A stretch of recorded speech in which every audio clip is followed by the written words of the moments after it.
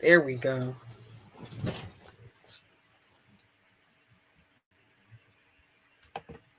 All right. Top of the morning, top of the evening, top of the night, whatever time zone you are on. We are live. Hey, Lee.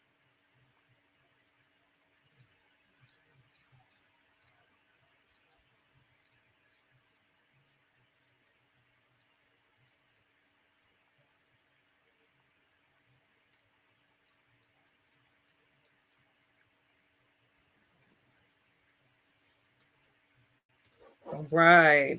A moment of silence for all those who have lost their lives.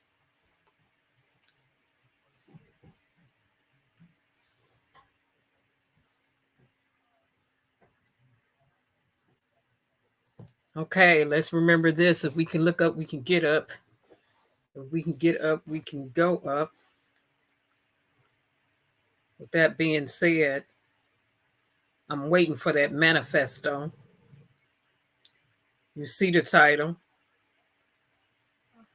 Just pulling up information on my other electronic device. Make sure the volume is down on this.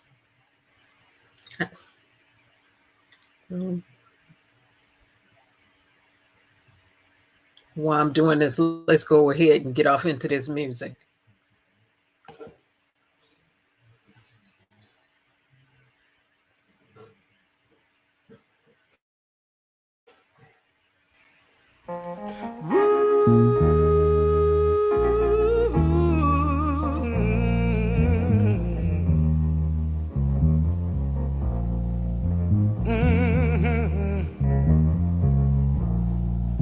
Yes, this is the ghetto.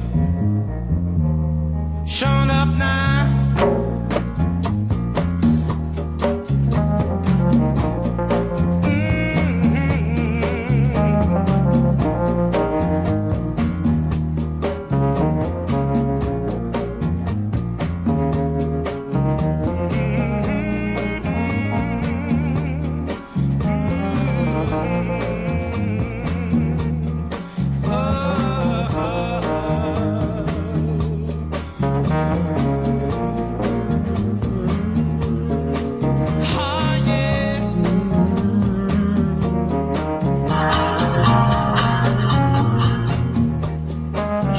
Hey, Sour Patch. Hey, Eric.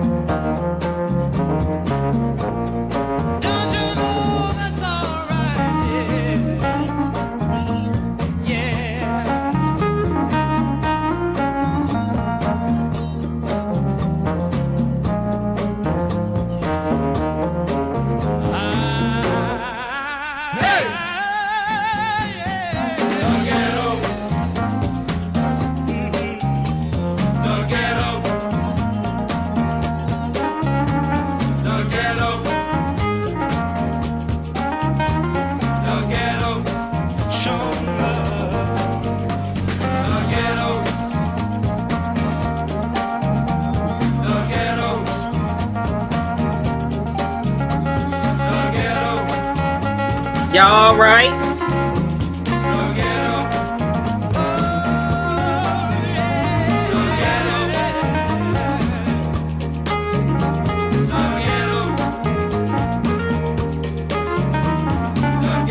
Come on, Donny Hathaway. You ain't even here no more. Go ahead and moan real quick.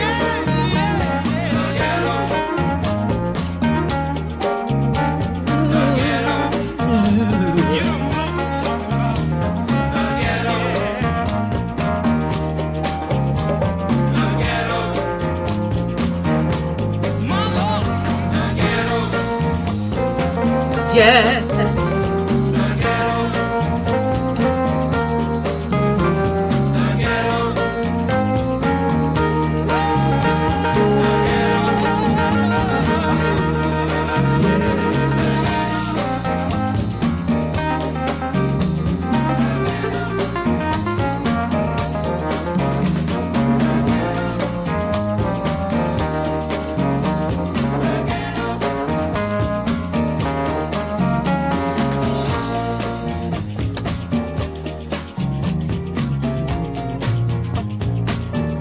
on up in here.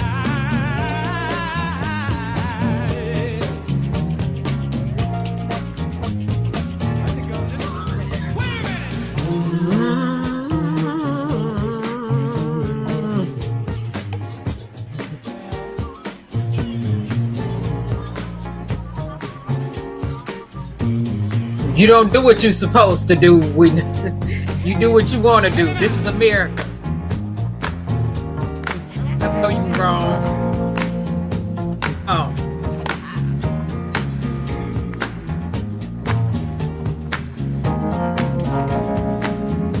That's right. Everything is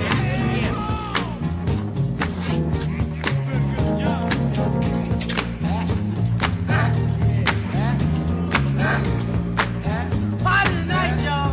Everything's everything, y'all. Pass it, John.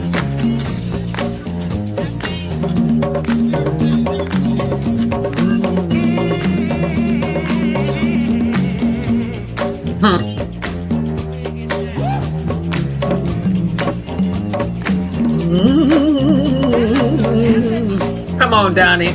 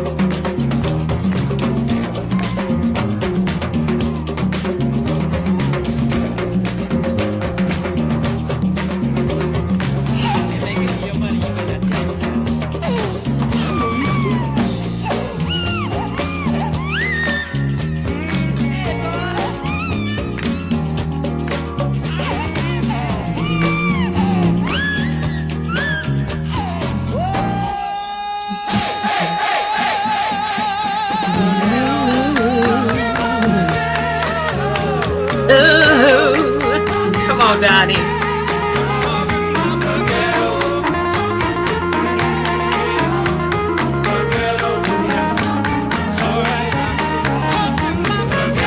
Ghetto.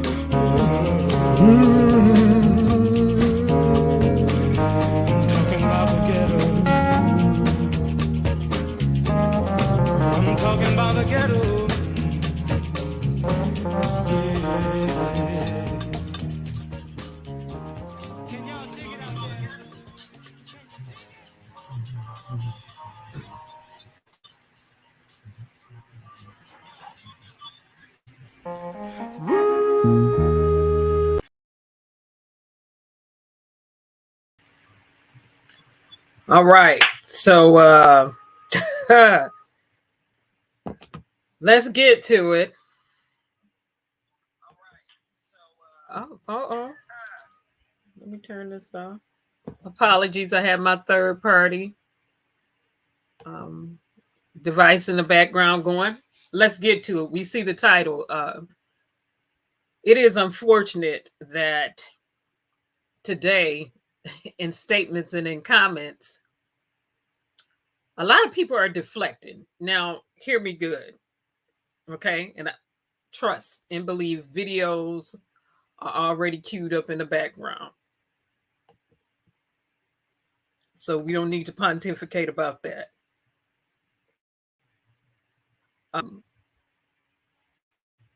But it's just a shame that people are already attempting to deflect off of these mass shootings and murders that happen in the United States of America.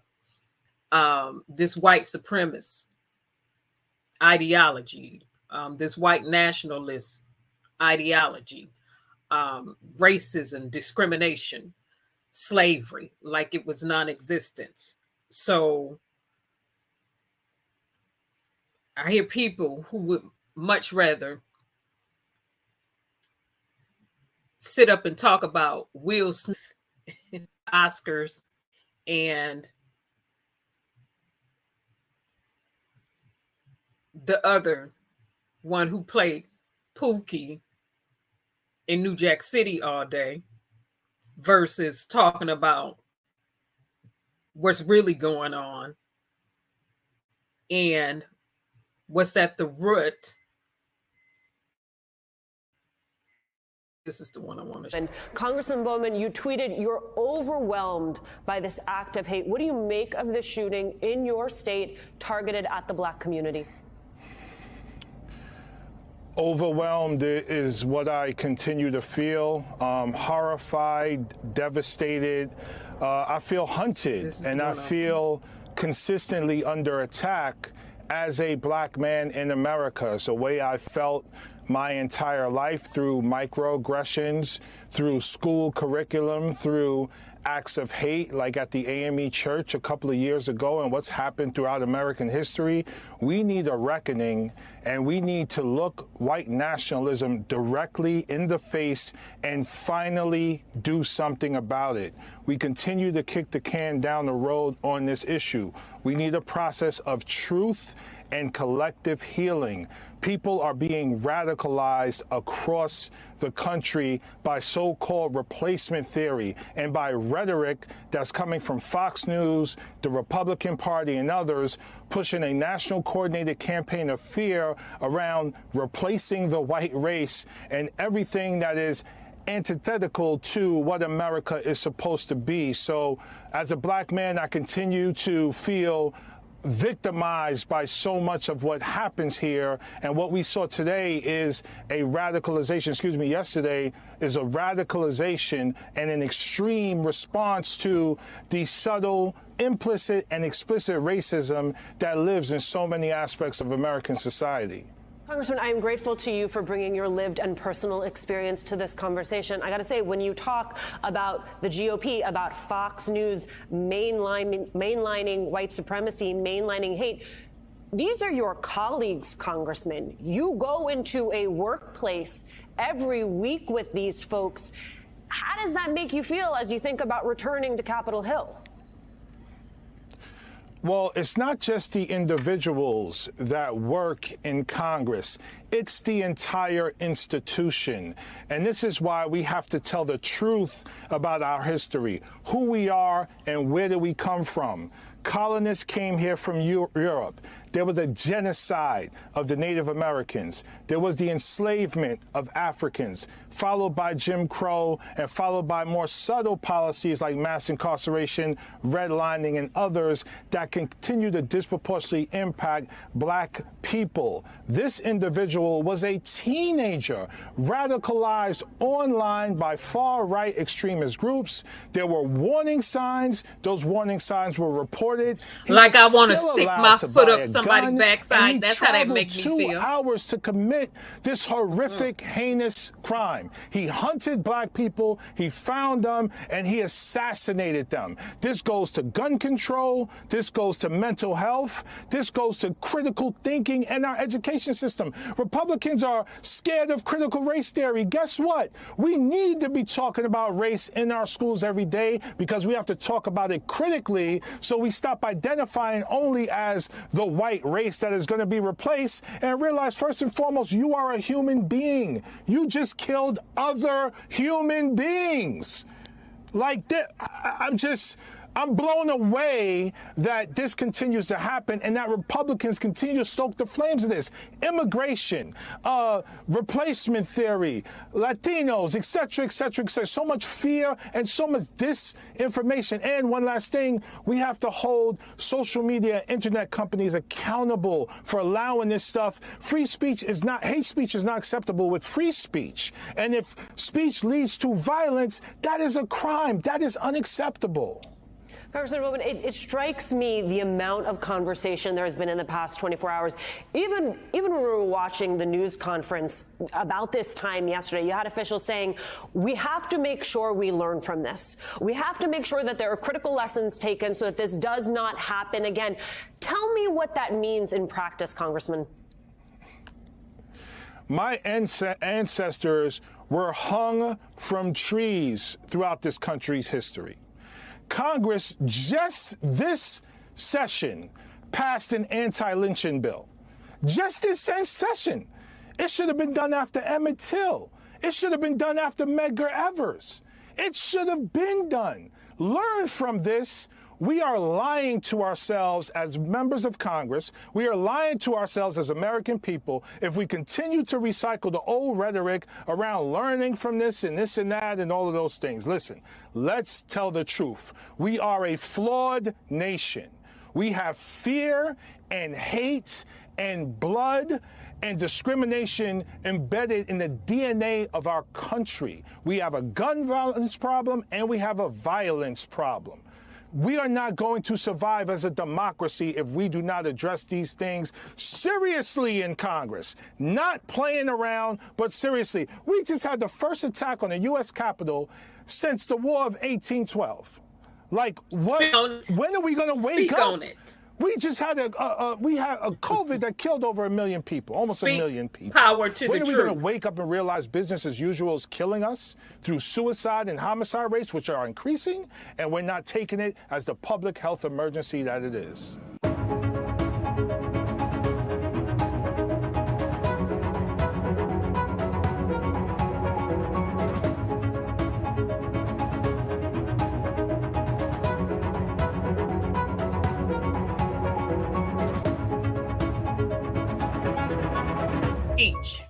And Congressman Bowman, you tweeted you're overwhelmed by this act of hate. What do you make of this shooting in your state targeted at the Black community? Overwhelmed is what I continue to feel. Horrified, devastated. I feel hunted, and I feel consistently under attack as a Black man in America. It's a way I felt my entire life, through microaggressions, through school curriculum, through acts of hate, like at the AME Church a couple of years ago, and what's happened throughout American history. We need a reckoning, and we need to look white nationalism directly in the face and finally. Now, he spoke the truth in power on that.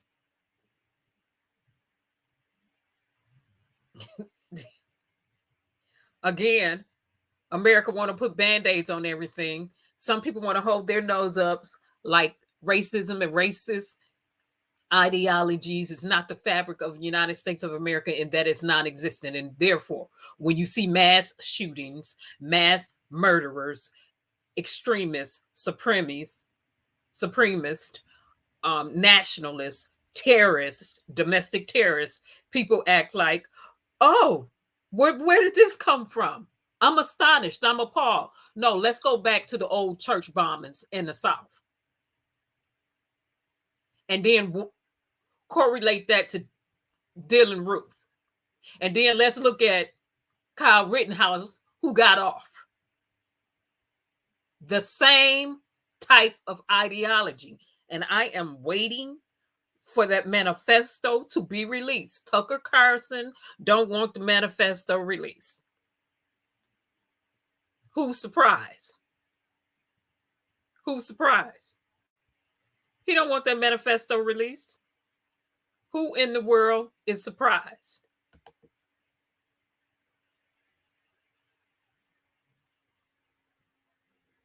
He don't want nobody to see the manifesto.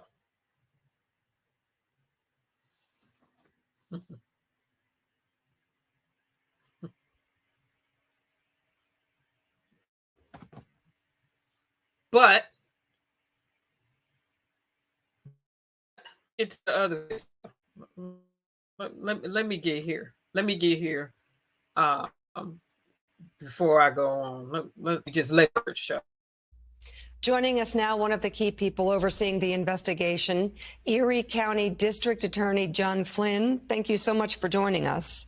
Thank you. My first question is, do we know more about the gunman's intentions? Had he not been stopped? Well, we know that about a year prior to this, he had made some comments where he lived there in Broome County. The exact nature and where those comments were directed to, we're drilling down on right now. But obviously, it appears that he had hatred in his heart long before he traveled to Buffalo. Okay, and what's the status of the investigation at this point? Also, I'm just reading in my notes here that the Buffalo Police Commissioner had said the suspect would have driven out of Tops grocery store, the parking lot, and continued down Jefferson Avenue, looking for more black people to kill had he not been stopped. Tell us what we know so far about his motivation. Well, obviously, from with all the evidence that we've gathered so far, the motivation at this stage appears to be pure hatred, pure racial hatred.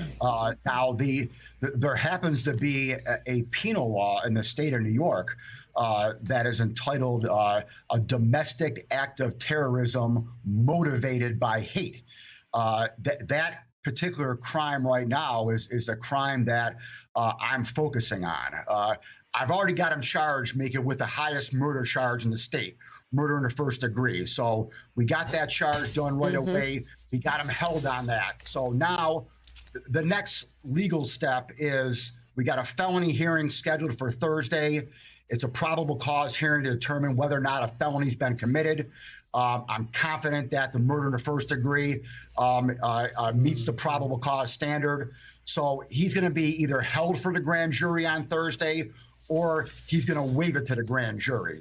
So I'm already in grand jury mode right now. So what that means is basically when I go into the grand jury now, I can add on all the additional charges that I want, again, assuming that I have the evidence. And so what I'm focusing on right now are the domestic terrorism and hate crime charges. Mr. Attorney, good morning. Jonathan Lemire here. I want to ask you about an incident from a year ago where the suspect was already received attention from the New York State Police for threats he made in school, said he was going to commit violence, perhaps a shooting, maybe a murder-suicide, and he was taken into psychiatric evaluation in a hospital for just a couple of days, but then let go. Was this as you look at it now, the appropriate steps taken? And should he have been on some sort of red flag list when he tried to purchase this firearm?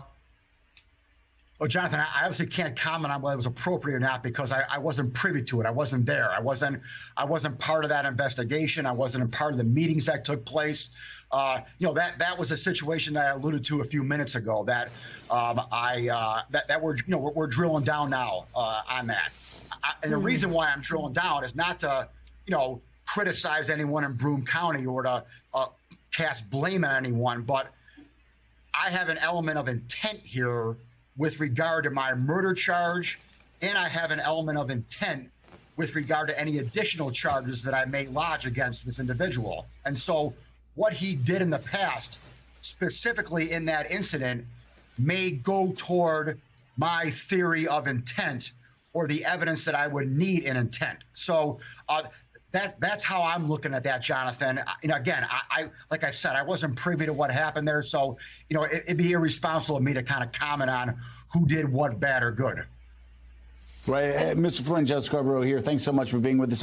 I'm curious as we look forward, and I know, my God, you have so much on you right now, but as we look forward, would it help you as a DA? Wouldn't it help law enforcement for us to look at this in a more holistic way moving down the road? Because we're hearing more and more stories of younger Americans with mental health issues, obviously, explosion of hate speech on social media. Isn't this something that we need to invest in more in America? So whether it's police officers, whether it's DAs, whether it's investigators, whether it's gun shop owners, we have a better understanding of who the threats are out there day in, day out. Joe, absolutely. And one way to do that is to have increased funding in our intelligence centers. So here in Buffalo, we have an entity called the Erie Crime Analysis Center, and that we have literally crime analysts at the Buffalo Police Department who every day are just searching social media. They are all over every outlet you can imagine on social media. We're mainly looking for people, gang members, who are out there on social media making threats to people. But Joe, we can definitely expand that to other areas of domestic terrorism and looking for hate crimes and looking for all other sorts of crimes that may be out there. So that's a great point and a great question, because additional funding for crime analysis centers, not only on the federal level, but specifically in our big cities across the country, could be a tremendous help in that endeavor. Well, Erie County District Attorney John Flynn, thank you very much for taking the time to come on the show today.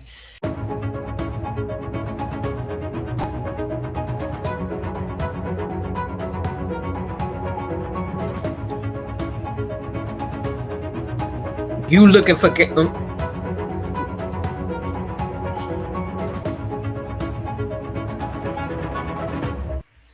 Joining us now, one of the key people overseeing the investigation, Erie County District Attorney John Flynn. Thank you so much for joining us. Thank you. My first question is, do we know more about the gunman's intentions? Had he not been stopped? Well, we know that about a year prior to this, he had made some comments where he lived there in Broome County. The exact nature and where those comments were directed to.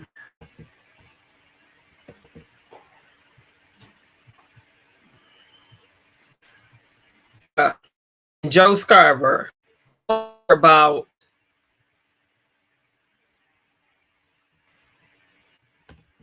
I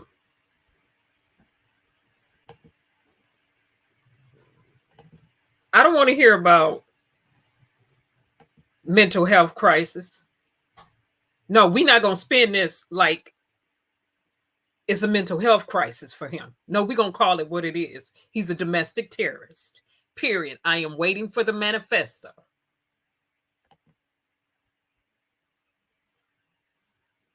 I'm waiting for the manifesto. Jan, you are on a roll today.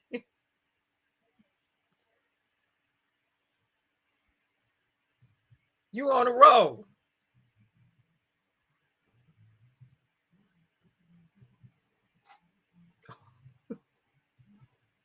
Y'all on a roll today. Yvonne May, his mental health was fine to calculate all that he did. Right. He was competent, fully aware and cognate of what he was doing. No cognitive delay that I'm aware of. Now, speaks to the question, and I'm happy this DA, okay, it's all right when DA and prosecutors do their job for real. Okay, yeah. Oh, okay. Got him for the highest charge you can get him for right now. First-degree murder. All right. Now, let's get him for being a domestic terrorist, which he can do in his state, and let's get him for a hate crime, charge him for a hate crime. And it is absolutely appalling that in the United States of America, we still don't have hate crimes or a bill for Black people in terms of hate crimes. Now, one passed for the Asians, and I'm not getting ready to disrespect another ethnic group because they have a bill passed. Okay, we know what it's about in America. Again, racism, the fabric, the ideology of America, built off the backs of slaves. So let's not pontificate and continue to hold our noses up and gasp for air like we don't see what's going on it's not a reality of the situation, because it is. It is.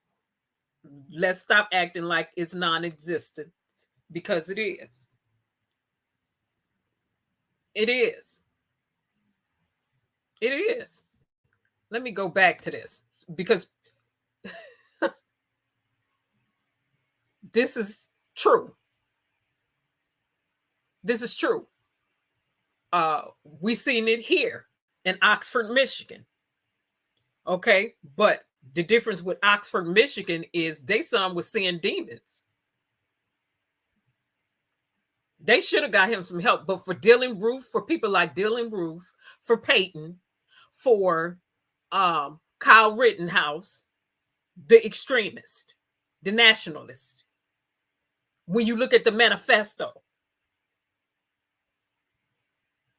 when you look at the ESI, electronically stored information and evidence, and people want to skate and skirt all around it like it's not happening. Now, hold on for a minute. Hold on for a minute.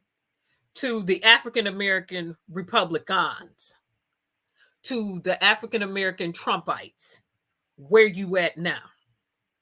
You can sit up and run your mouth all day about Joe Biden crime bill, which he did not sponsor alone. You can sit up and run your mouth all day about black on black crime, and it's white on white crime. It's Asian on Asian crime. Yesterday, condolences go out to the families in California, because that was Asian on Asian crime yesterday. Or we can walk the street with this right here. You want to talk about data statistics in real time? Let's do that. Let's go there.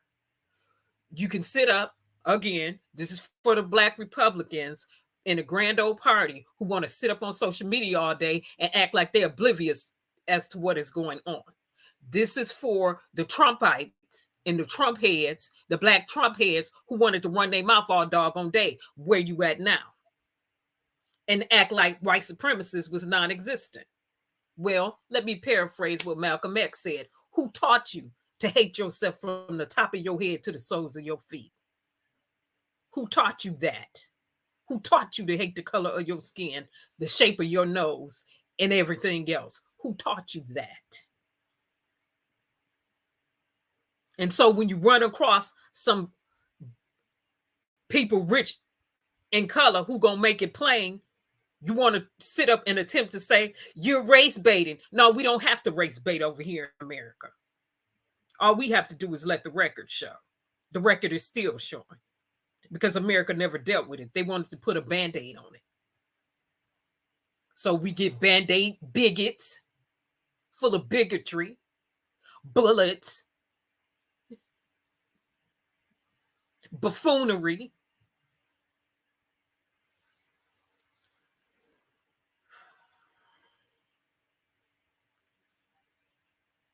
Oh, trust and believe.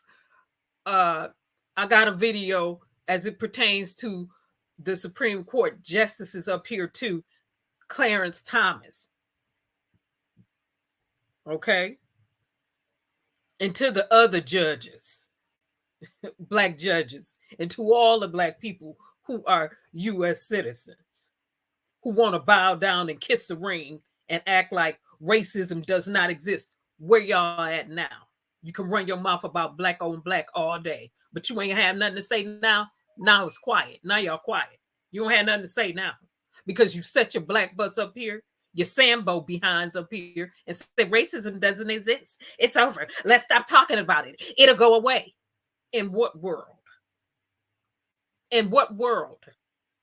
You said, let's stop talking about it. We don't see it. Let's put our blinders on. It'll go away. In what world? You had your head in the sand. Now it's time for you to get your heads out your black behinds and think with the left and right side of your brain. Okay, let me pull that back. Now it's time for those black people who are self-hating and don't love themselves to get their heads out their behinds. Now you have to deal with the reality of the situation. America, ideology, and the fabric of its history is rooted in racism, and it has never been dealt with at the root. And that's why we are where we are today. And year after year, we have to do protest after protest, raise awareness campaign after awareness campaign about police brutality, about Black rights, about Black Lives Mattering, and everything else, because America never dealt with it. They just put a Band-Aid on it. They didn't go to the root. They didn't deal at the root. They didn't deal with the root of the issue. They just dealt on the surface. Okay? Hi, Miss G. How you doing? Speaking to everybody in the chat.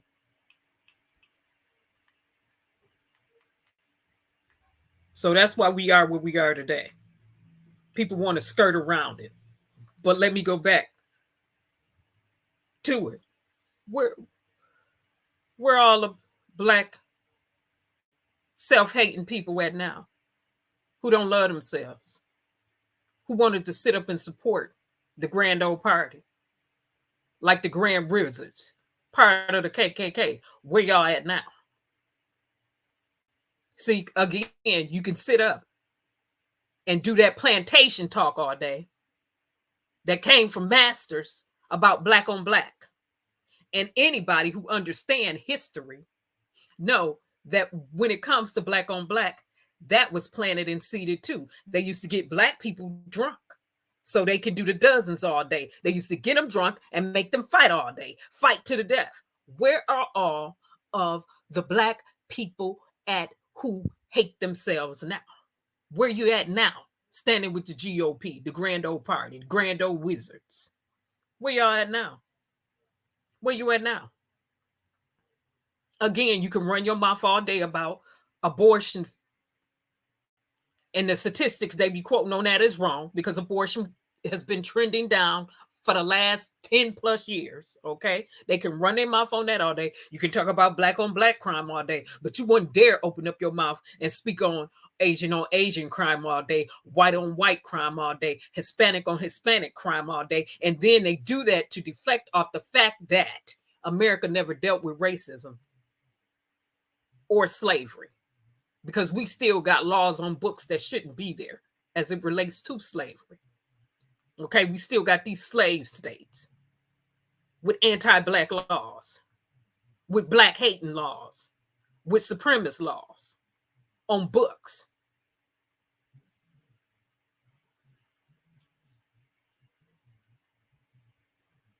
But they want to sit up and talk about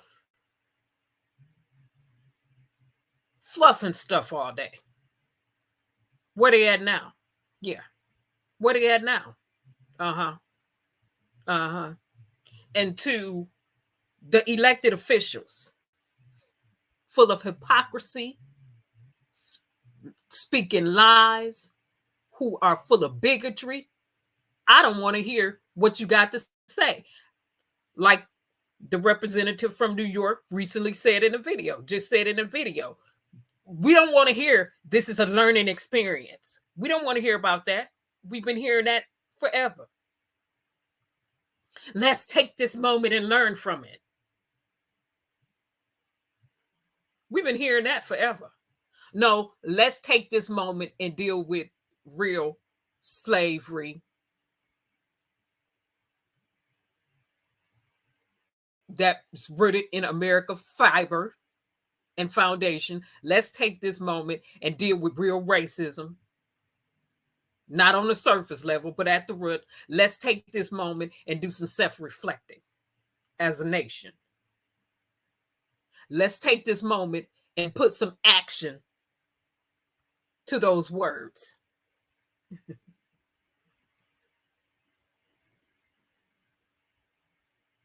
Let's take this moment and teach real U.S. history, which includes Black history.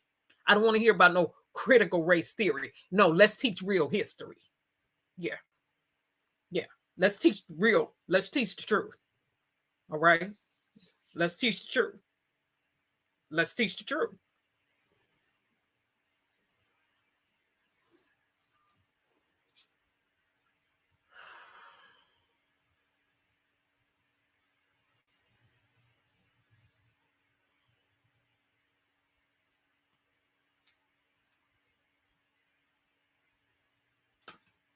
And again, I don't want to hear the deflection off mental health. Okay. So when it's Caucasian extremists and nationalists, they want to jump to mental health.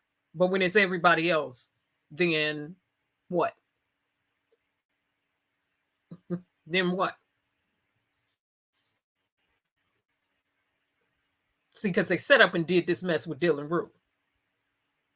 He got taken to Burger King for a meal after he murdered people in a black church. He is a domestic terrorist, and he got to walk away. Okay? They didn't shoot him. All right. A few days ago on Saturday, Buffalo. He had already shot 13 people. Okay? He got to walk away. What is that? What is that? What is that? Mass murders, mass shootings in the United States of America, and they get to walk away. White nationalists get to walk away. White extremists get to walk away. What is that? But you let a African American person be on the side of the road for a traffic stop, and you shoot them down, and you got racist cops who would murder them. Okay. What is that? Oh, part of history, right? The good old boys. Yeah. And then people want to say, just get over it. Let me put your ancestors or your offsprings and your lineage on some boats, just like my ancestors was, in some oceans, and have them travel miles, living in their feces, closed in, beat from sunup to sundown, work fields without taking breaks, raped, sodomized, torn asunder. And let me tell you to just get over it. How would you feel if it happened to you and yours?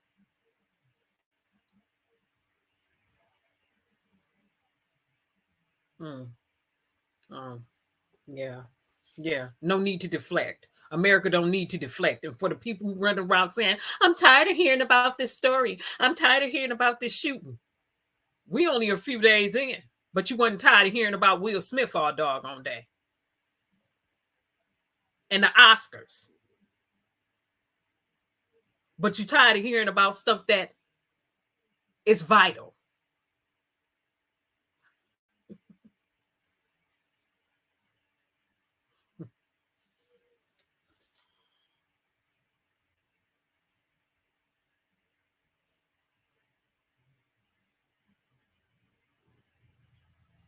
Right.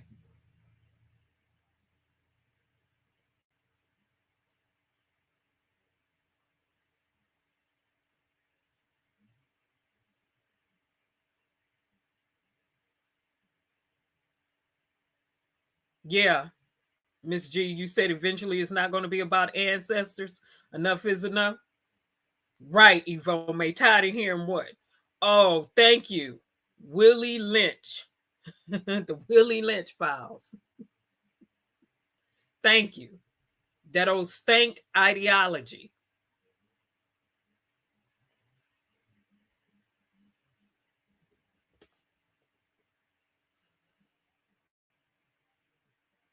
So we, as a nation, we need to deal. We need to deal. Mass shooting still happening. They should have dealt with it when it was happening to my ancestors, our ancestors, those of us who are African American ancestors. They should have dealt with it then. They did not. After that, they had time to deal with it. They did not. Every year, again, let me make it plain. We don't have an anti-hate laws on the books specifically for Black people like it is for other ethnic groups.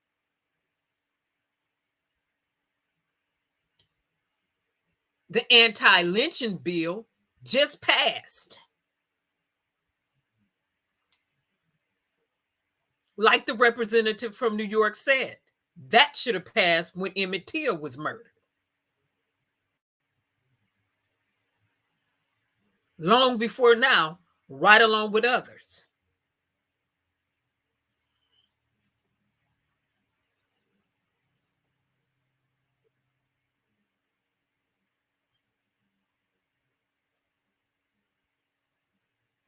And then when Black militias or Black political parties and organizations have formed in the United States of America to push back on police brutality, to push back on racism, we have had racist presidents, racist governors sit up and commit genocide on entire groups of Black people.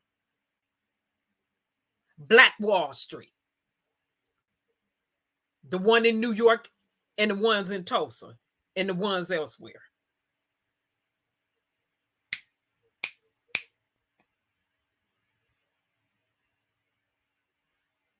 The U.S. government participating in the demise of Black people. Yeah. Yeah, let the record show. This is America's history. Yeah. Yeah. Yeah, that's right. That's right.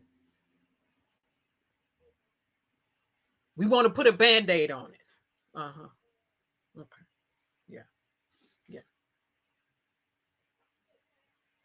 Yeah. Yeah. Yeah. And again, I had to take a moment and say it consistently to African American people. And my mother made a point to me. She said, well, Kerensz, you all didn't really fight through real slavery. You didn't have to fight through it. Your generation, the generation after us, they didn't have to fight through the layers and level of racism that we fought through. And she said, I'm wondering if the generations after us really know how to fight at all when it comes to systematic racism. And at first, my first answer was, yeah, Mama, we know. And then when I thought about it, the more I began to think about it, I said, I wonder if, hear me good, we really about that life. I wonder if we are really about that life, if we really could fight through the levels that they fought through. I'm looking at too much division among us, and everybody want to be an island. And that's not the way they got things done in days of past. They had to be on one accord and unified.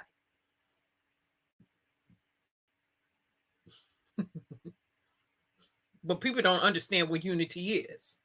Some people don't understand what unity is. We know what division and division is and diversion is. Selah. Selah. Pause and think about it.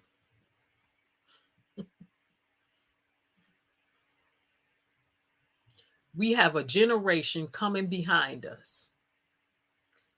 And the generation before us gave us civil rights. And some people have the audacity that's rich in color to put their lips on civil rights.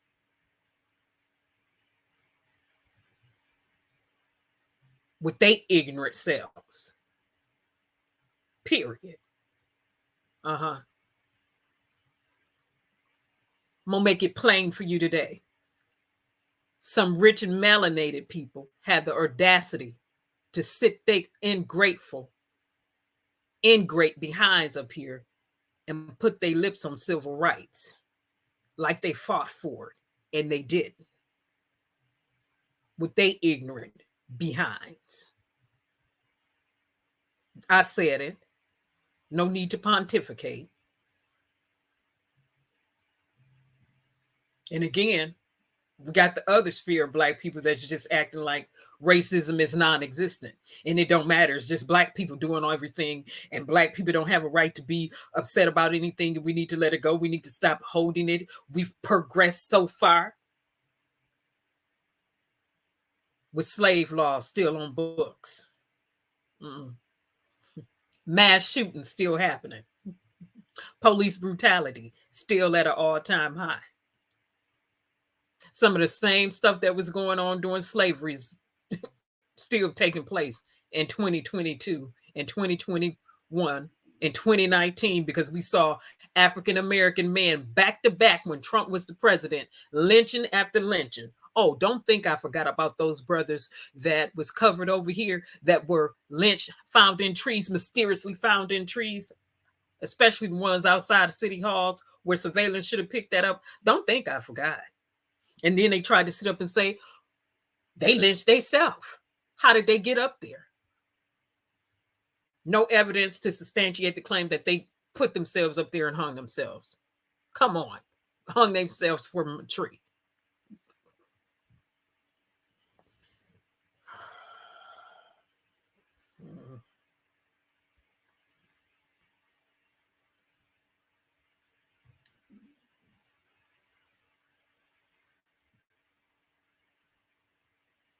Oh, okay, Miss G. I couldn't see what you were saying because you. Yes, strength in numbers. There is strength in numbers. Yes, yes. I don't think people realize that. I don't think people realize the strength in numbers. Yeah, okay, so let me see.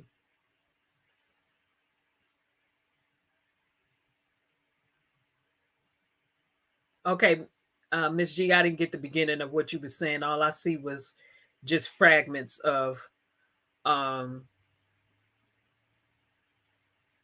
sorry, if fragments of all they know is guns and raps. Well, when it comes to guns, that's what America know. The guns didn't come here by themselves. Where did the guns come from? Okay, where did they come from? United States. That's what America, that's what the US know is guns. Yeah, that's what this nation know is guns. Guns and violence, like Eric Holder said. He's been saying it consistently. This is America. This is what America knows. Don't deflect. This is what America knows. This is what America started. Yeah. Guns and stuff. This is what America started. A right to bear arms so they can kill black slaves. Yeah. This is what America started. And I lived the 11th, the whole lump. And you want to talk about chickens coming home to roost? This is what America started as a nation.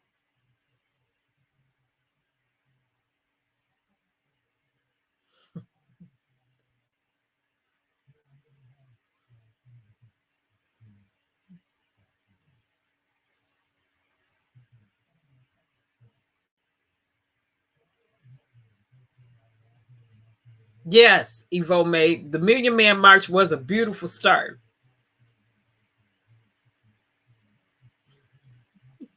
It was a beautiful start. But then you had people who put their lips on that.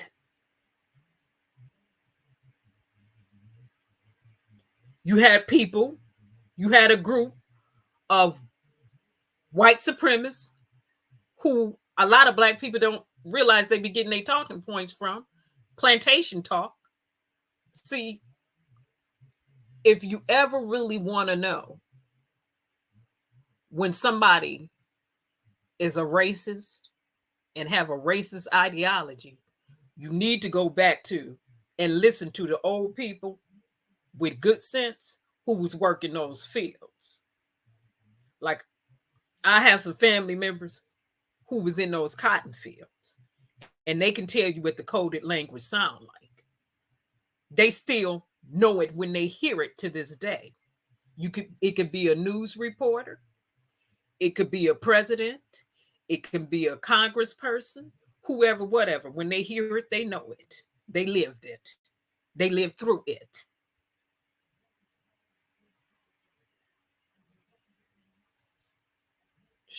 One of my neighbors is 90, and she'll sit down, and I'll go next door to speak with her, and she will reflect on things of the past. And I'm going to sit my young self there, listen and learn some.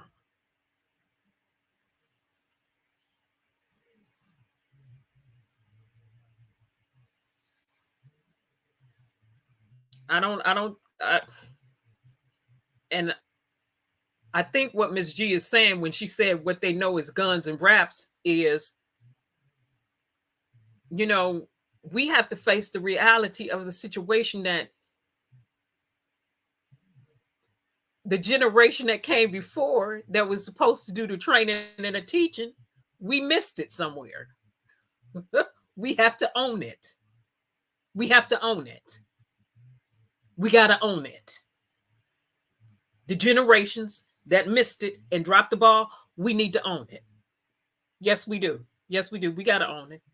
We got to take responsibility for our actions. Yes, we do.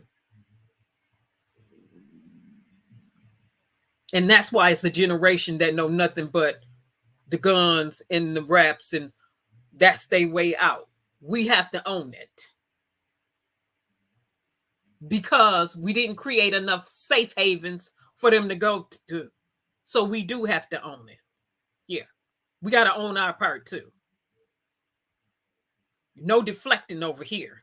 No scapegoating over here. We got to own it.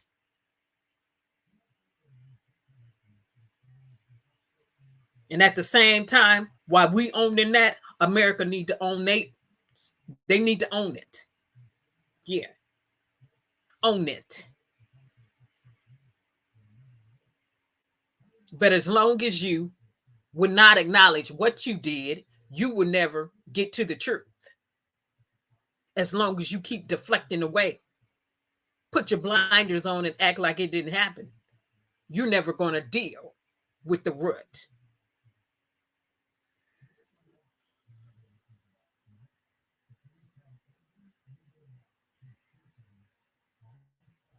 Oh, Jen, you brought up one of the three-headed monsters, Ronald Reagan. I call him one of the three-headed monsters. Like I said, government and presidents working against us, our ethnic group. And we wonder why mass shootings can happen to Black people. We wonder why mass shootings can happen in America, period. Ronald Reagan. What, since you brought him up, Jan? Oh my goodness. Let me take a minute. Just say no. His wife, Nancy Reagan. Just say no with all that mess. Okay. What they made sure happened, him and Nixon made sure happened, was the mass incarceration of Black people. See, people want to skip on down the road to Joe Biden. No. Let's walk on back through history and talk about where the mass incarceration began and who it began up under. Nixon started it, and Reagan kicked the door down on it. But they always want to leave out President Carter, who made sure Black prisoners was having an exodus out of the prison system. But when it comes to Ronald Reagan, Nixon, and Bush's, that's part of the three-head monster tier for me, and will always be. Some of the most vicious, racist, hypocritical presidents this nation has ever had. Let the record show. That's already written in black and white.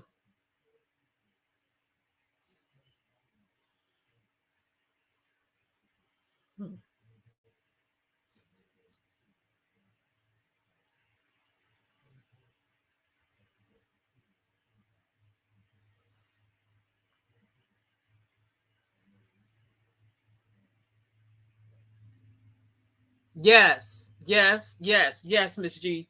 You're saying, okay, I get what you're saying. Um, our generation, it was crack. Well, here's the thing. Remember, for African American, for Black people in the United States of America, they started busting up our families during slavery.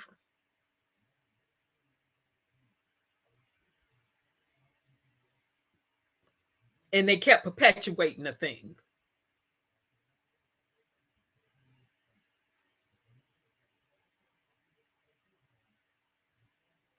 That's what they did. They kept perpetuating it.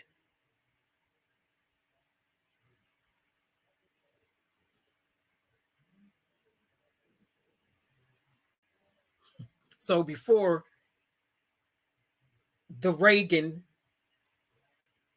who now Reagan and Nixon made sure he targeted weed. Okay. Made sure he was penalizing people who were Black, and we know Black people were smoking ganja and weed. Stop playing. We're not going to play up here today. They were facing higher penalties for smoking weed. Okay. If you were a crack addict, and then you had Reagan who came along and finished up, because the Drug Enforcement Agency started under Nixon. That's where that came from. Then you had Reagan and Bush come along talking about a war on drugs. No, that was a war on Black people. After they had pushed them drugs into our communities. And then said a war on drugs and was sending them to prison for a national health crisis. Then they came back under Trump and said opioids. Oh, it's a national health crisis. What? When that crack was being funneled in our communities by government over here, it was a national health crisis, but you were sending them to prison. And for anybody, again, to sit up for African American people, and it's not all African American people, I'm specifically talking about people who participate in the grand old party, who sit up and run their mouth all day and act like racism is non-existent. You can look on social media platforms and you know who they are. They want to sit up and talk about abortion all day. They want to sit up and talk about this all day, that all day, this all day, that all day. But they don't want to deal with this right here. They don't want to deal with white nationalism because they hate themselves. Like Malcolm X said, who taught you to hate yourself from the top of your head to the soles of your feet? Who taught you that? They're self-hating Black folk. They want to act like this history didn't exist. And they don't want to go down this fear. And when they do start going down the fear, they got their statistics all tooted and fruited up in their head. Wrong. No, we're not going to rock like that over there. May truth be their kryptonite.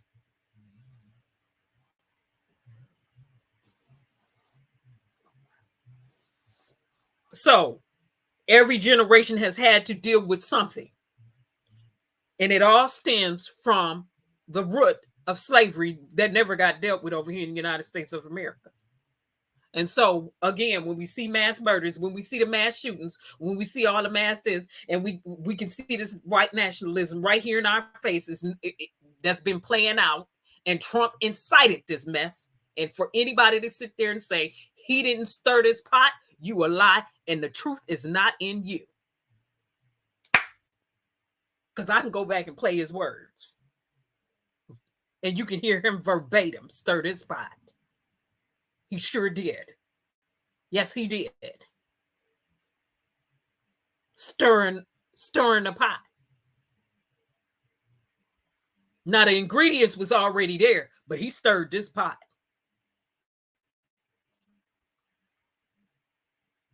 So I want to know what people going to do now. What we going to do now? Where do we go from here?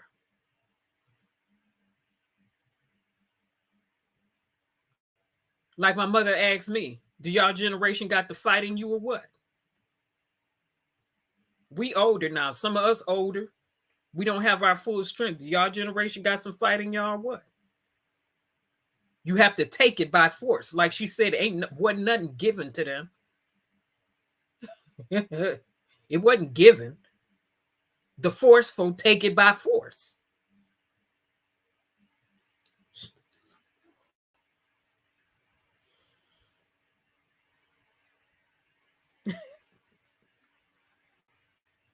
Miss G, you said that's why the black manosphere on YouTube.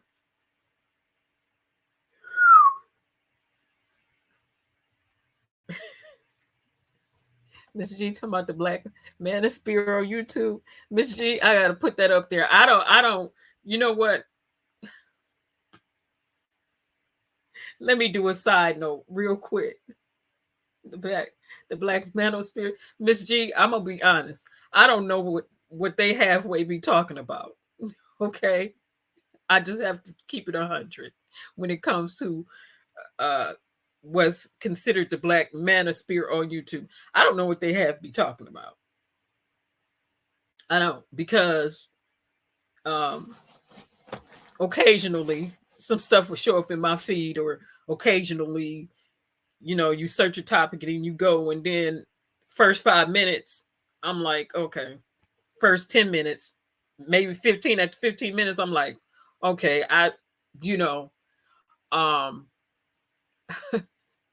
make your feet touch the ground. Yeah, I'm listening for the ones who go visit the prisoners, the black prisoners. Yeah, I'm listening for the ones who are out in the community for real. Yeah, I'm listening for the ones who do the standoff with the cops for real. Yeah, when you have to do them standoffs for justice, that's what I'm listening for. So when it comes to what's considered the manosphere, the black manosphere, whatever, on social media, I'm only going to go so far with that, because I'm listening for action with results. Good results, fluid results. So I'm listening for the brothers who will go show up at the court and snatch a brother out and help a brother and a sister out. That's what I'm listening for. Say la. Say la. They have, I guess they have their and this is my side note, I guess they have their little whatever to economic empowerment, and some think that they understand algorithms based off their experience, but they don't. They can only explain what they know, but if they really understood, they would be talking about all the piggybacking links and all the backlinks to the links of the links of the links.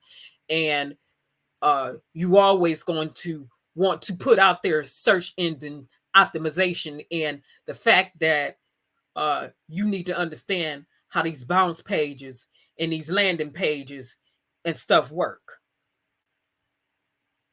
So that's my side note.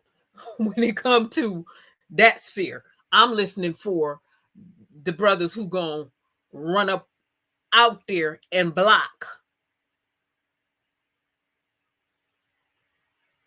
when the protest is going down, when it's police brutality. You gonna run out there and block for the sisters and the brothers, the younger brothers who out there, or you gonna sit up and raise awareness campaigns all day on social media? Are you going to show up for the standoff and get on the front line? Going to hit the front line, or you just going to be on the internet all day talking? Raising awareness campaigns, and understand me, raising awareness campaigns is necessary. Period. It's necessary. But when it comes to manosphere, a black manosphere on the internet, I'm looking for a different thing.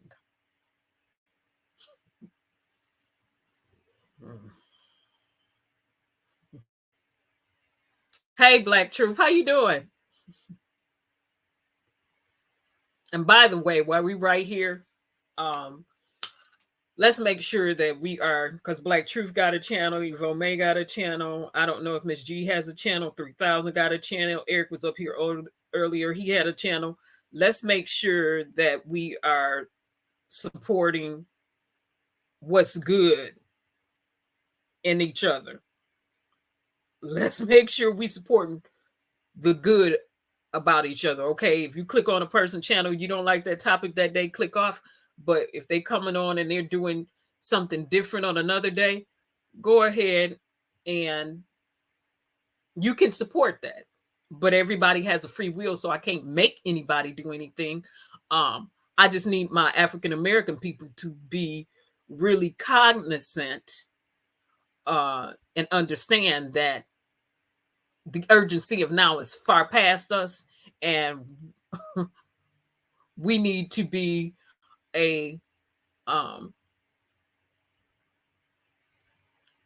we all can grow, and we all need to make sure that we are displaying something in a positive light, like words in a different light, social media in a different light, because we do have generations out there watching us. Okay, you can have teenagers and kids watching you in the bushes, and and you're not even aware. And so we need to make sure we keep our self-control. We really do. As an ethnic group over here, which is vital for the generations that are coming behind us. We do. And no one gets left out of that equation, including myself. Okay. Because I know my family members be in the bushes and they will text some correction, call with some correction, friends with some correction. They'll come with some correction. Don't think Kerensz don't get corrected. I do. Trust and believe. Trust and believe that. Trust and believe. We can make sure that we are correcting those habits that's absolutely necessary for growth and excellence, and that is called change. And no one's above that. Now,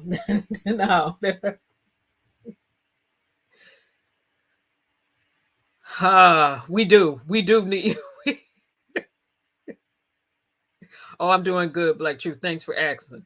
Andrea, I think you're saying something that's really important, Andre 3000, is that there has been a destruction of our knowledge for the need of Black families and Black unity. Evo May, you say you a supporter of the CCC? Okay. Okay. Colored Folks Coalition. That's just something I said, Evo May.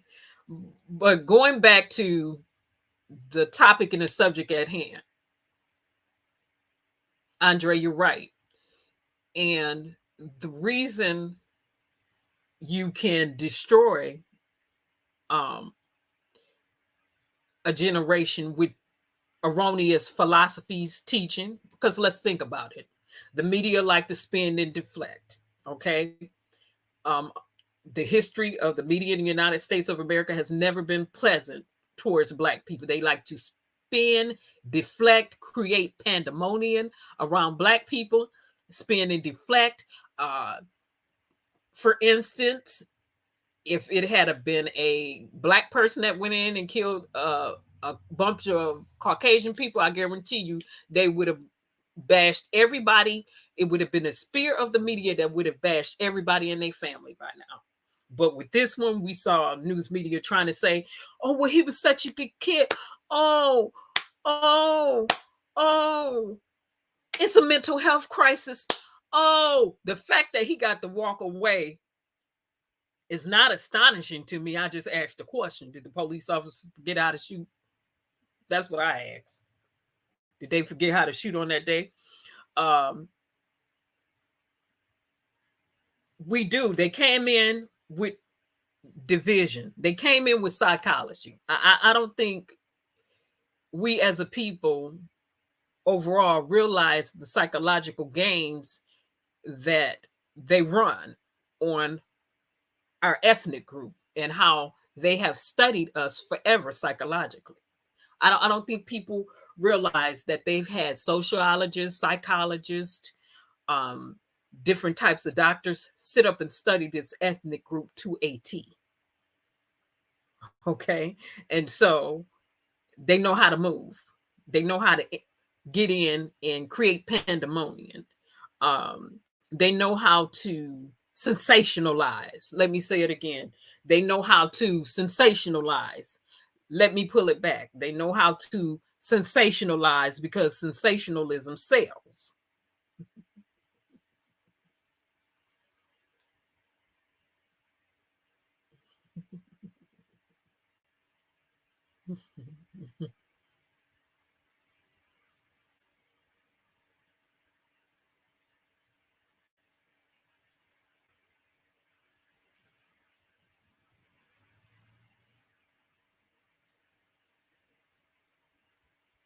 They know how to sensationalize. And so for me, when it comes to media, social media, and any other media, I already understand the games they're going to play. And that's before I went to college. My parents taught me and made me fully aware before I went to college. And the college confirmed the thing about media. My parents already schooled me. They already took me to school.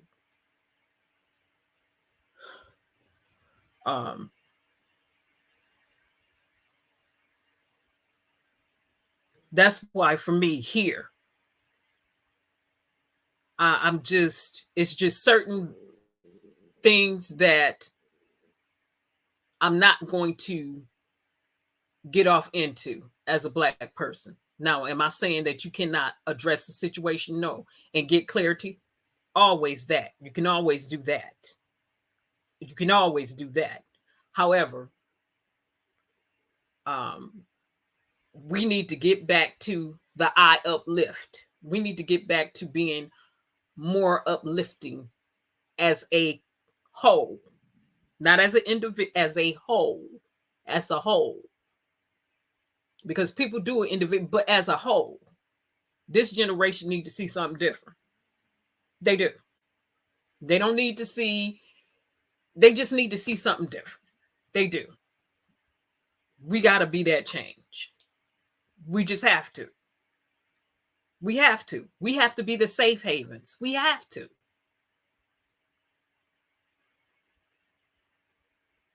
And when they're out there, and we also need to realize that it's a generation of Black people in America that are scared. That when they see these mass shootings and they see this white supremacist ideologies and attitudes, that creates and seeds in them fear. They're scared. Understand that. There's a remnant out there that are scared. And it's our responsibility.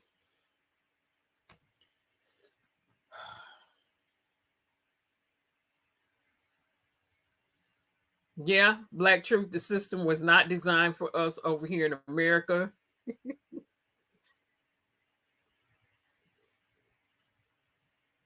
Yeah, and if every African American went back over to Africa, this will fold over here because we are some consumer. We some consuming people. But we do. We need to put feet in action to our words, and we got to make sure we stay actively engaged with the next generation, period. Period. Period. Period. We need to make sure we are calling out this bigotry. We need to make sure that we are on the front lines calling out this bigotry face to face, mano a mano. We need to make sure that we are training the generation coming behind us for those who would listen, because honestly, it's more teens, youth, and young adults who will listen to us than we are really willing to acknowledge if we just take the time.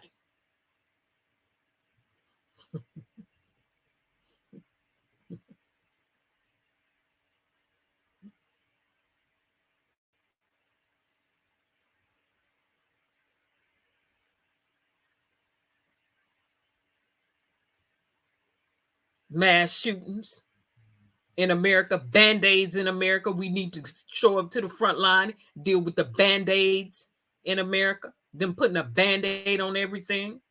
We need to deal with the bigots. We need to deal with the bullet. Trust and believe. I believe in a right to bear arms.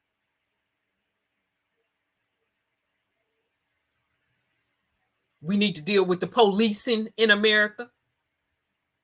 We need to deal with these lying Looney Tunes that are elected to create federal laws and these Supreme Court justices. We need to deal in the realm of reality, because some of us, unfortunately, in America, be in la la land a little bit too much, with heads buried in the sand.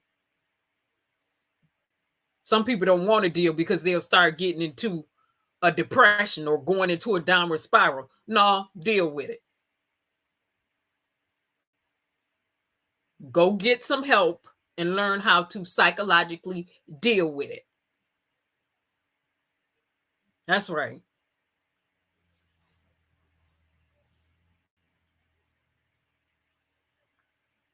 Miss G, when it comes to strategizing, it's all hands, all productive hands on deck. See, for me, I don't believe that you leave the protesting out. That's necessary. And when you protest, you make sure you have your legislation already drafted. Not only that, I believe in shutting some sessions down. I participated in that. And it's like, okay, you can't hear me. Can you hear me now? We also have to train and teach. We have to have those workshops where it's training.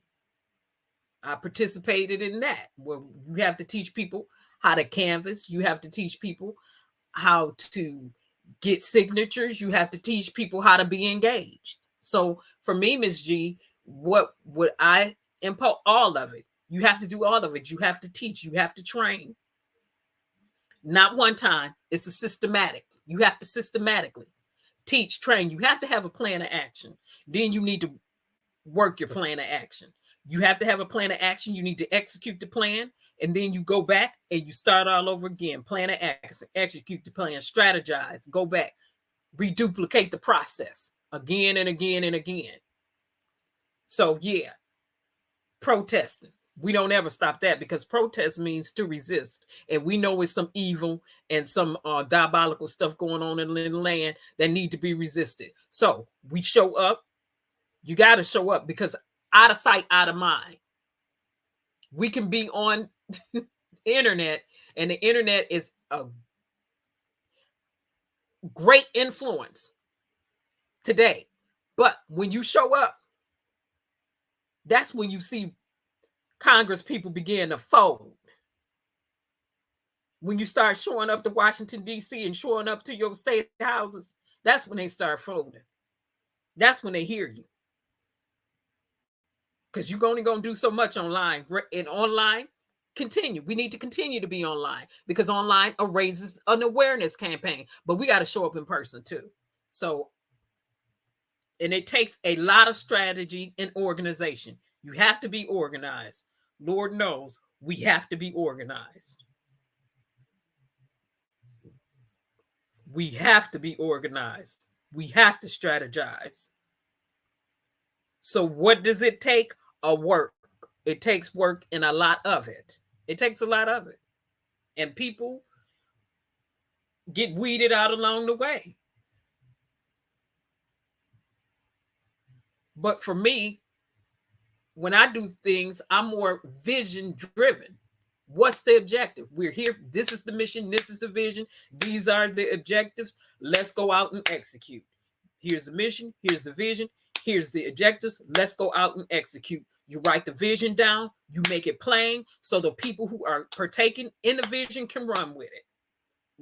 So when I am participating in what is considered civil actions or calls to actions,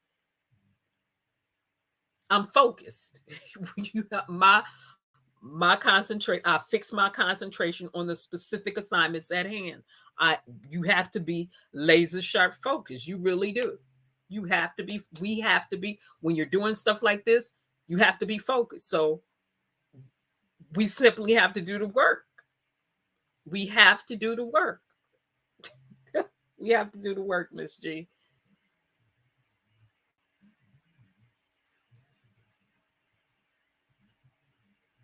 Oh, yes, Evo May. Boycott should have shut some of this stuff down a long time ago. Okay, Black Truth, you said radio and television is the parents' competition. When it comes to our kids, everything in America has a price tag, except radio. Radio is free brainwashing tool.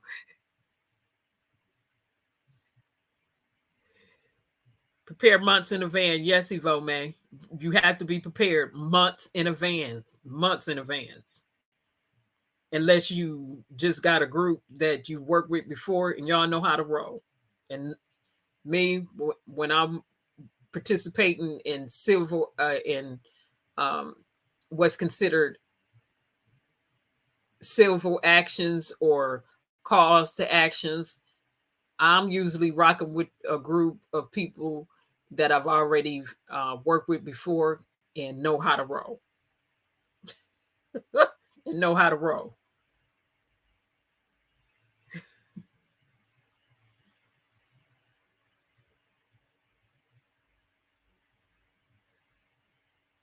Yeah, Evo May. Yeah. What Martin Luther King, and Evo May, you're right, because you're speaking to what Martin Luther King and Malcolm X and former leaders said. You start shutting the system down over here. You start tap dancing on the money, they'll hear you. You start not participating in being a consumer over here until your demands are met and your legislation is passed. You get their attention. You tap dance on the money, you will always get their attention. But you have to have people who are willing to do so. We have to have people who are willing to do so.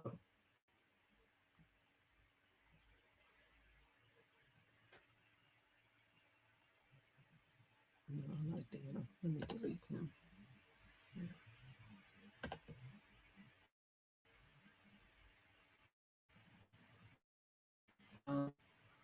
I want to get to this last video.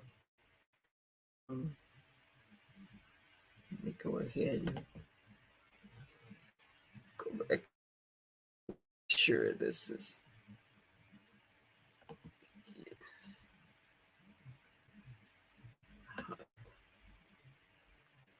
And let's get to this. Let's get to this because this, he's from New York also. And again, when it comes to Supreme Court justices, when it comes to people who govern, who are set to govern and dictate the way these cases or decide the way these cases and the way other U.S. citizens' lives will go, we need to stay actively engaged. We have to. We have to. We can't afford to fall asleep on social issues, human rights issues, because if we do, we get nothing. Supreme Court Justice Clarence Thomas said that peaceful protesters near the homes of Supreme Court justices are bullying the justices and that Americans are, quote, becoming addicted to wanting particular outcomes, not living with the outcomes we don't like, end quote. Our next guest, Congressman Hakeem Jeffries, responded to Justice Thomas during yesterday's House Judiciary Committee hearing. If Justice Thomas really wants to deal with bullying in America, or this problem of people supposedly unwilling to accept outcomes that they don't like, I've got some advice for Justice Thomas. Start in your own home. Have a conversation with Jeannie Thomas. She refused to accept the legitimacy of the 2020 presidential election. Why? Because she didn't like the outcome. And so instead, she tried to steal the election, overthrow the United States government, and install a tyrant. That's bullying. That's being unwilling to accept an outcome because you don't like the results, because the former twice impeached so-called president of the United States of America lost legitimately to Joe Biden. How did she respond? Instead, she said the Bidens should face a military tribunal in Guantanamo Bay on trumped-up charges of sedition. You've got to be kidding me. And lastly, let me ask this question of Brother Thomas. Why are you such a hater? Hate on civil rights, hate on women's rights, hate on reproductive rights, hate on voting rights, hate on marital rights, hate on equal protection under the law, hate on liberty and justice for all, hate on free and fair elections. Why are you such a hater? And you think you can get away with it, escape public scrutiny, because you think that shamelessness is your superpower? Mr. Chairman, a point of order. Here's a news flash straight from the House Judiciary Committee. Point of order. Truth thrust to the ground will rise again, and truth will be your kryptonite. Joining us now is Democratic Representative Hakeem Jeffries of New York. He is the chair of the House Democratic Caucus, a member of the House Judiciary Committee. That's that nationalism manager for the first impeachment trial of Donald Trump. Thank you very much for joining us tonight. And that sounded like a moment that had been building for you for a while. Well, that certainly is the case. I think Justice Clarence Thomas has been an outrage and an abomination from the very beginning. And I think many Americans across the country because he hated himself. But the culmination was really twofold for me. One, this was a hearing where we were discussing and marking up a bill on the absence of a judicial code of ethics for the Supreme Court. Every other federal judge in the system has to abide by a code of ethics. The Supreme Court does not. They think they can police themselves. We see it's a runaway majority. That's what the leaked opinion suggests. And then Justice Thomas had the nerve to lecture America about bullying and being unwilling to accept outcomes that we don't like. It was just too much to take at that particular point in time. And this is a judge who has ruled on a case involving his wife's communications with the White House chief of staff. That it is against the law. There is one federal law saying that judges cannot, the Supreme Court justices cannot rule on cases involving their spouses. He has already done that. Yeah, and this is part of the challenge that we have here, that Justice Roberts has taken a position that Supreme Court justices effectively can police themselves. They cannot. And Clarence Thomas and this sordid affair with Jeannie Thomas and her involvement in the January 6th insurrection and the effort to try to hide her records, which is the case that Justice Thomas was ruling on, is totally unacceptable. And so I think as Democrats, we wanted to make the point that no Supreme Court justice, and certainly Justice Thomas, is above the law, which is not legal, or above public accountability. Because they do not discipline themselves, the only discipline available for Supreme Court justices is impeachment. Well, that's the ultimate penalty that should be paid in cases of egregious violation where there's been a constitutional crime committed. But I think the step that we have taken as House Democrats at this moment, led by Chairman Nadler and Congressman Hank Johnson, is to actually put a judicial code of conduct into place for the Supreme Court justices, and then work to try to make sure that there's teeth and accountability if there's a failure to comply. So that was what the legislation that we were marking up at that particular hearing was all about. Of course, every single Republican nobody is opposed above it. the law.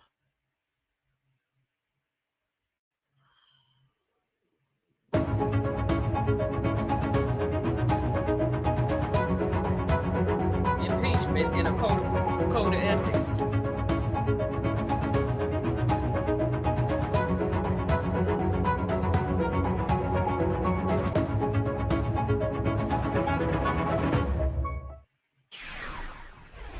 Supreme Court Justice Clarence Thomas said that peaceful protesters near the homes of Supreme Court justices are bullying the justices and that Americans are, quote, becoming addicted to wanting particular outcomes, not living with the outcomes we don't like, end quote. Our next guest, Congressman Hakeem Jeffries, responded to Justice Thomas during yesterday's House Judiciary Committee hearing.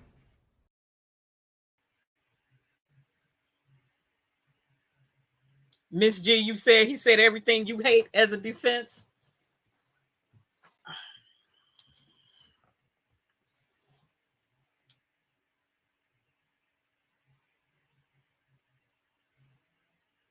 Well, what he said was the truth. You get Sambones who hate themselves, like Malcolm X said, self-hating Black people who sit up and cowered down to this white supremacist ideology over here in the United States of America. That does not help any Black person or anybody. It don't help the ones who are white supremacists face the reality of their situation and mirror, look at themselves, nor does it help any Black person. When you sit back and you bow down and you cower down to foolishness and demonic ideologies, because the bottom line is this: racism is diabolical, it's demonic. White nationalism is demonic. Supremacist ideologies, they're demonic, they're diabolical.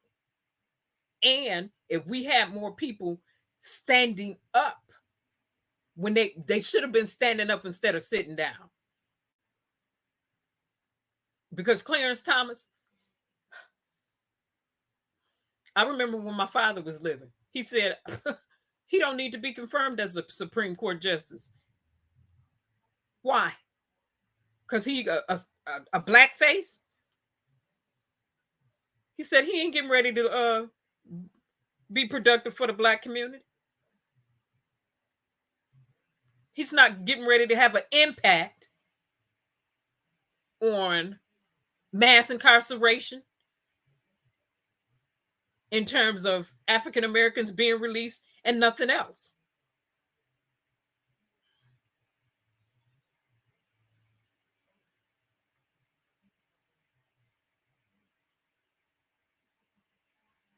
No, he is Sambo. He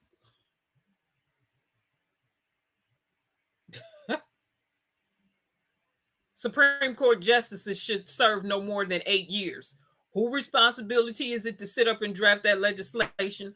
Ours. We do know as U.S. citizens, we have a right to introduce bills. We can sit up and do our own bills and present them.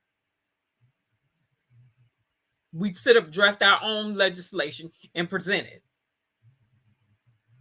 And the House and the Senate can take it up. But Supreme Court justices, they don't need to serve no more than 2 terms. If the president can only be president for 2 terms, why should the Supreme Court justices have more leeway than presidents? No, 2 terms and you out. 2 and done. Get up out of there. And they do not have a code of conduct or a code of ethics to follow. That's why they can run amok. Our Supreme Court justices, who are supposed to be the highest justice and truth seekers in the land, Clarence Thomas and them, they don't have a code of ethics to follow.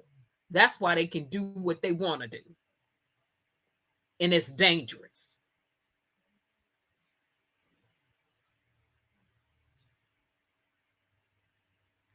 Oh, Miss G, you were saying Miss G was like, I wasn't saying I disagreed. I was saying he touched all the points. See, communication is key. Okay, Miss G. Communication is definitely vital. You say he touched, okay. You saying he touched on all the points. Everything you hate as a Black woman, and as an individual, he touched on. Okay. See, communication is key. It's key. It's vital. It's vital. Right, Evo May. We have a right to, our United States Constitution says we have a right to protest, we have a right to ask for redress, and we have a right to petition. Those are some of our constitutional rights. And something else that was touched on with the first representative from New York, when he was saying, you know, we don't need to say that we're going to have another learning lesson. He touched on it.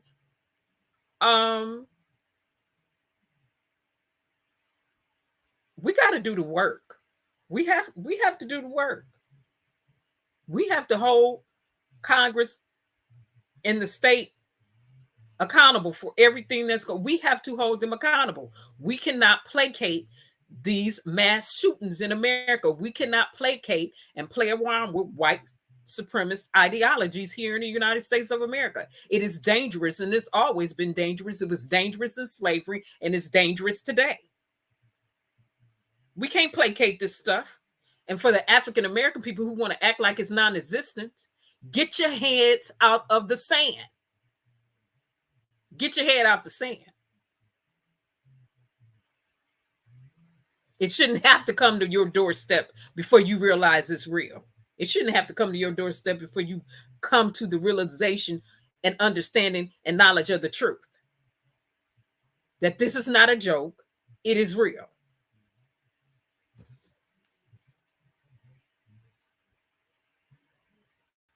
Oh, Evo May, they don't have a code like federal judges underneath them have a code, a conduct that they have to follow. Supreme Court, they don't have that in place. And so the last few weeks, they've been sitting up in Congress and in attempting to create one, to pass some laws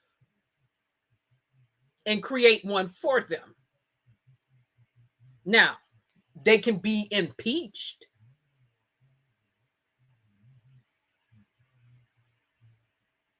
But if the Supreme Court justice is going to be impeached, their own colleagues have to start the impeachment process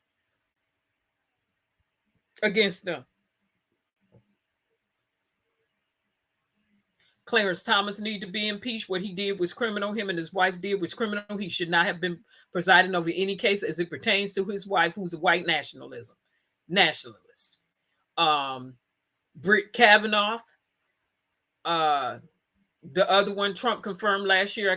I don't know why I can't call her name right off the back, and a few other ones. They should be impeached for purging themselves under oath to get them seats, to get confirmed. Yeah, they all on record. We showed that over here last week.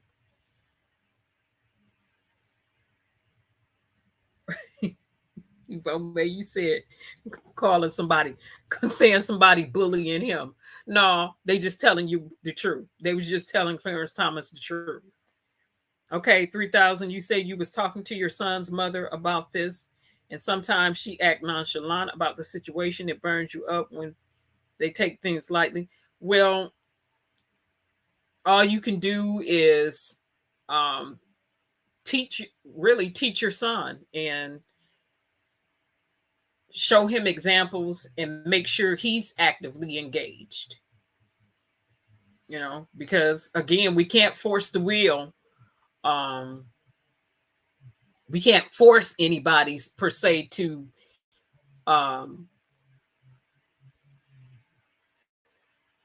get understanding, but we can't resist evil. And the stuff these Congress people are doing, and the way that they've been moving, a lot of them, and the Supreme Court justices been moving, and all this police brutality and stuff is demonic and is evil. And you have to resist evil. You have to resist and push back against evil. Period. You got to stand up to it. Just like you have to stand up to bullies, you have to stand up to this.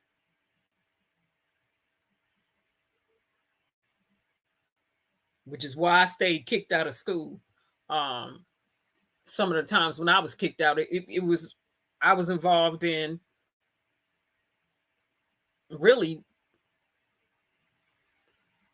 just to give an example of coming along, when I saw in school, when I saw certain people being bullied,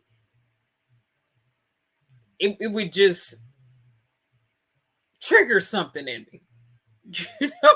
And then some fights I got in, and I was kicked out of school wasn't my fight. I was taken up for somebody else. It had nothing to do with me.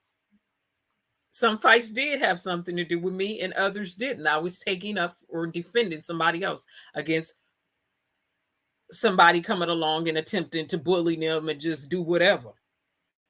It's just something that triggers something within me. I like to call a righteous indignation rises up on the inside of me when people out here just attempting to, and you there in person, bully somebody. It just, it's like that lioness show up. And it's like a who you think you talking to and who you think you are when people out here bullying. And for the Supreme Court justices to sit there and let his wife do that, participate in an attempted coup, participating in overthrowing the United States government, participating in what is considered election fraud, is like, who do you think you are? And for him to preside over that case, and he knew it was illegal, he already knew it was illegal. It's like, who do you think you are? Who you think you are? And you're not going to get away with it.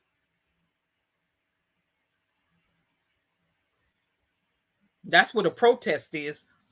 It means to resist. You push back. We, United States people, Andre mentioned it earlier, 3,000 mentioned it earlier, it's powers in numbers. You start showing up. You let them numbers start showing up.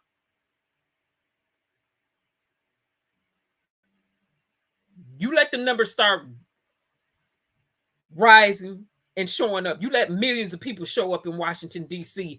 consecutively for 365 days, and you don't think they're going to do a paradigm shift?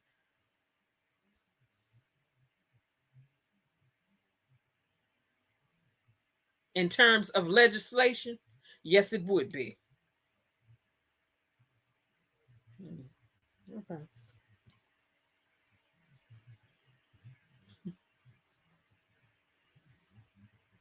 No, Evo, May, we don't vote the men, but doggone it, we sure vote for the people who appoint them.